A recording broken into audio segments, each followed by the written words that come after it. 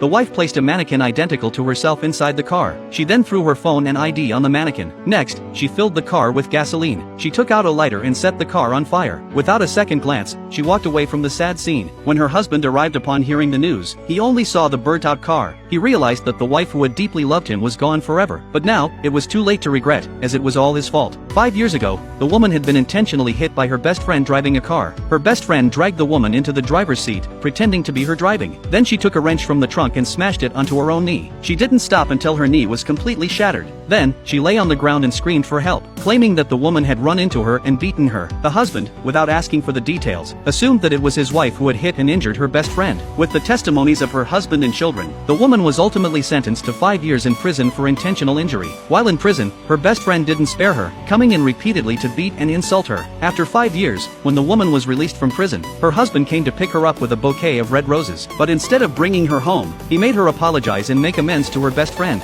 Hearing this, the woman's heart broke. She couldn't believe that the husband she had loved for over 20 years only cared about others. When her best friend's husband and son passed away, the woman had kindly taken her in to live with her family. Now, her best friend seemed to want to take her husband and children from her. It felt like she had become an outsider. She didn't want to see them all happy together, so she walked out of the performance hall, staring blankly at her past award-winning dance performance photos. At that moment, her teacher suddenly appeared, asking her if she would consider leaving her family to study abroad. The woman had once given up her career for her family, but now, without hesitation, she agreed to her teacher's offer, ready to start a new life abroad. However, the next day, while taking the elevator, an accident happened. Her best friend deliberately pressed the remote control, causing the elevator to malfunction. Then she pretended to have claustrophobia and threw herself into the man's arms. The children, in a panic, rushed to call for help. When the elevator door opened, the three of them helped her best friend out, completely forgetting that it was the woman who had real claustrophobia. At home, the woman thought to herself that as long as she could endure the last 10 days, she would be free. But unexpectedly, her best friend refused to let her go. She tied her to the railroad tracks as a test, to see who her husband cared about more. When the husband and children rushed over, her best friend deliberately tied herself to the tracks as well. Only 30 seconds remained before the train arrived. The man saw that there was only a pair of scissors on the tracks. He didn't know who to save first. At this point, the best friend pretended to be kind, telling him to save his wife first, saying that they were the real family. The man, upon hearing this, turned around to save her best friend. With just 5 seconds left, he carried the best friend away, abandoning the woman. This scene devastated the woman. Driven by a strong will to survive, she struggled against the ropes. Just before the train came,